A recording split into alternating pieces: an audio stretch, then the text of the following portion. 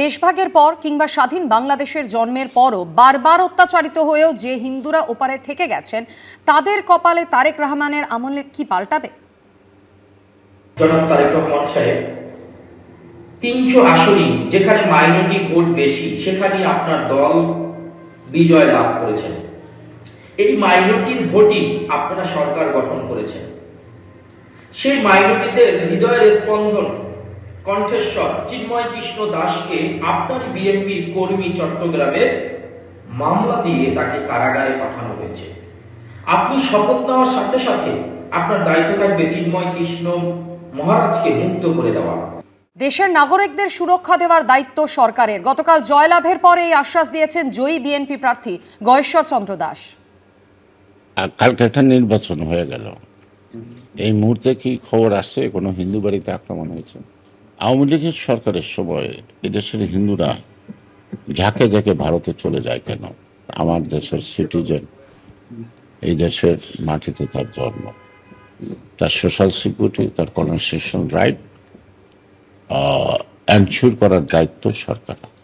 বিএনপির সঙ্গে বাংলাদেশের ধর্মীয় সংখ্যালঘুদের সম্পর্ক ঐতিহাসিকভাবেই ততটা ঘনিষ্ঠ নয়। তারেক রহমানের উচিত সেই সম্পর্ককে বিনির্মাণ করা।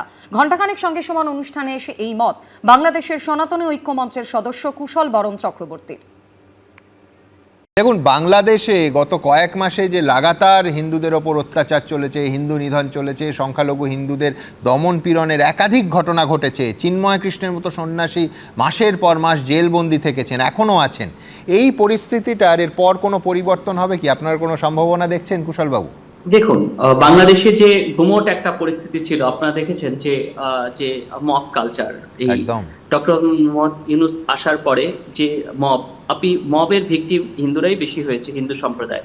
এবং আমি নিজেও মবের কিন্তু 2 বার শিকার হয়েছি। একদম আপনি তাহলে আমি নিজেও এবং কি এমন জায়গায় শিকার হয়েছি যে আমি আমার কর্মস্থলে আমার চাকরির ভাইবা দিতে গেছি গত এই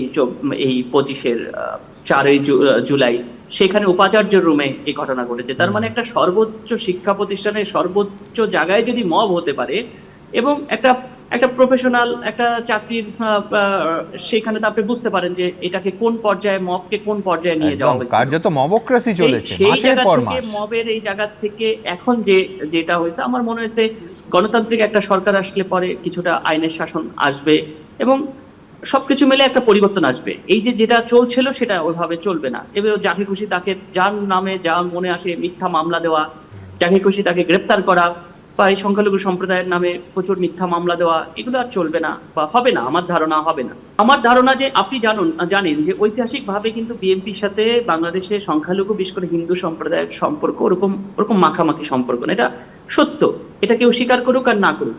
তো আমি মনে করি তারেক রহমানের উচিত সেই সম্পর্ককে বিনির্মাণ করতে প্রথম প্রচেষ্টা করা।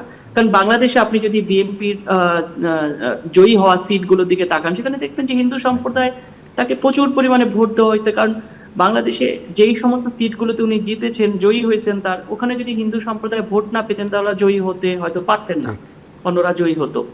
তো এটা অবশ্যই হিন্দু সম্প্রদায় ভোট দিয়েছে। সেই জায়গা থেকে উচিত তাদের যে হিন্দু সম্প্রদায়কে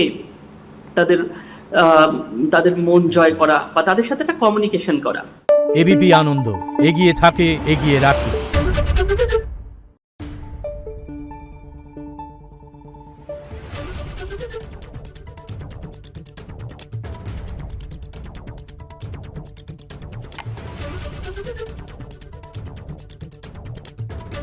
Thank you.